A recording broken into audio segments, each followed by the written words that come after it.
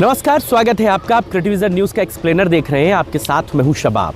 आज बात करेंगे अमेठी के जगदीशपुर से भाजपा विधायक सुरेश पासी की। एक ऐसा बयान जिसने सियासत की ज़मीन पर सवालों की पूरी फसल उगा दी है। सुरेश पासी कहते हैं, मुझे मुसलमानों का वोट नहीं चाहिए।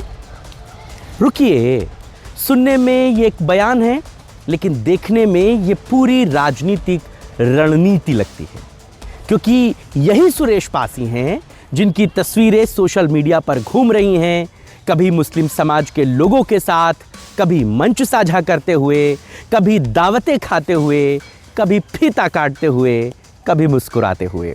पहले वो बयान सुनिए। सुरेश पासी जी मस्जिद पर आते कि नहीं जाते हैं? नहीं जाते, कभी नहीं जाते। मस्जिद पर नहीं आते आप? ना गए हैं ना जाएंगे।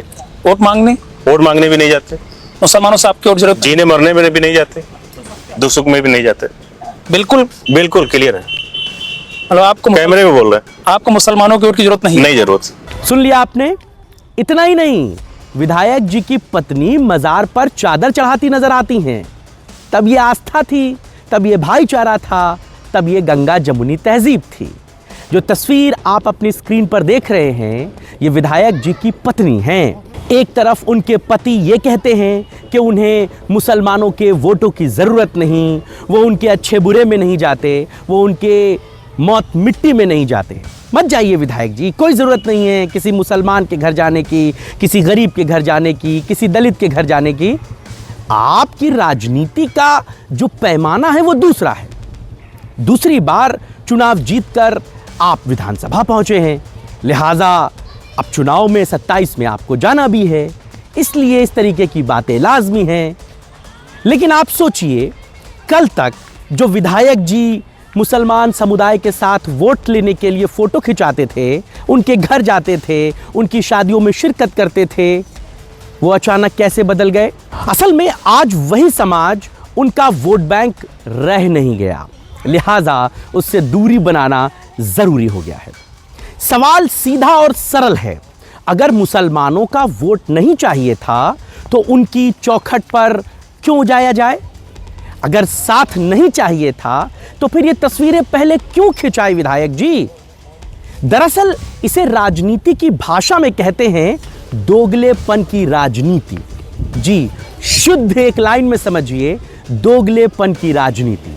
असल में जब चुनाव पास होता है तो हर मजहब अपना सा लगता है, और जब हार की आहट सुनाई देने लगती है तो बयान बदल जाते हैं, भाषा बदल जाती है, और मुद्दे भी कमोबेश बदल ही जाते हैं।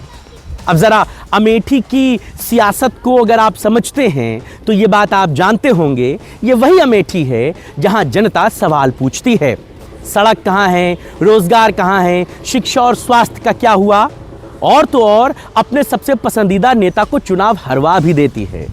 राहुल गांधी इसी अमेठी से चुनाव हार भी चुके हैं।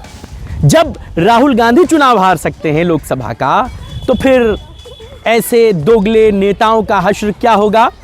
ये बात आप भी बखूबी समझते हैं, आपको भी ये बात कमोबेश पता ही होगी। लेकिन असल में इन सवालों का जवाब देना मुश्किल होता है। तो क्या किया जाता है? ध्यान भटकाया जाता है, हिंदू मुसलमान का कार्ड खेला जाता है, क्योंकि विकास के मुद्दे पर सबके जिगरे की बात नहीं है ना बात करना।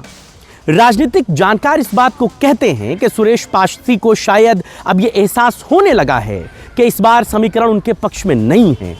न जनता का भरोसा पहले जैसा उन पर रहा, न ही पार्टी के भीतर स्थिति उनकी उतनी मजबूत बताई जाती है। और जब टिकट को लेकर आशंका हो जाए तो अक्सर इस तरह के जहरीले बयान सामने आ जाते हैं। लेकिन सवाल यही है कि क्या भाजपा की राजनीति अब बयान बनाम तस्वीरों में फंस गई है? क्या एक तरफ मंच से वोट न लेने की बात और दूसरी तरफ मजार पर चादर, यही नई राजनीति है? अमेठी की जनता अब सिर्फ भाषण नहीं सुनती, वो तस्वीरें भी देखती है, वीडियो भी देखती है, और सोशल मीडिया भी खूब चलाती है। आज बयान पर आपको भले तालियां मिल जाएं, लेकिन चुनाव के दिन ये सब पब्लिक को याद रहता है। वो याद रखती है कि हमारे विधायक हमारे लिए क्या कहते थे, वो याद रखती है हमारे विधायक हमारे लिए कितना काम करते थे। और शायद यही वजह है कि सुरेश पासी का ये बयान आत्मविश्वास नहीं बल्कि हार का डर ज्यादा दिखता है, क्योंकि मजबूत नेता विकास की बात करता है और कमजोर नेता विभाजन की। अब फैसला जनता को करना है, बयान पर भरोसा करना है या तस्वीरों पर। ये सवाल के साथ मैं कैमरा बंद करता हूं। जवाब आप कमेंट में लिखिएगा, बताइएगा हमें। आज की चर्चा में बस इतना ही। नमस्कार।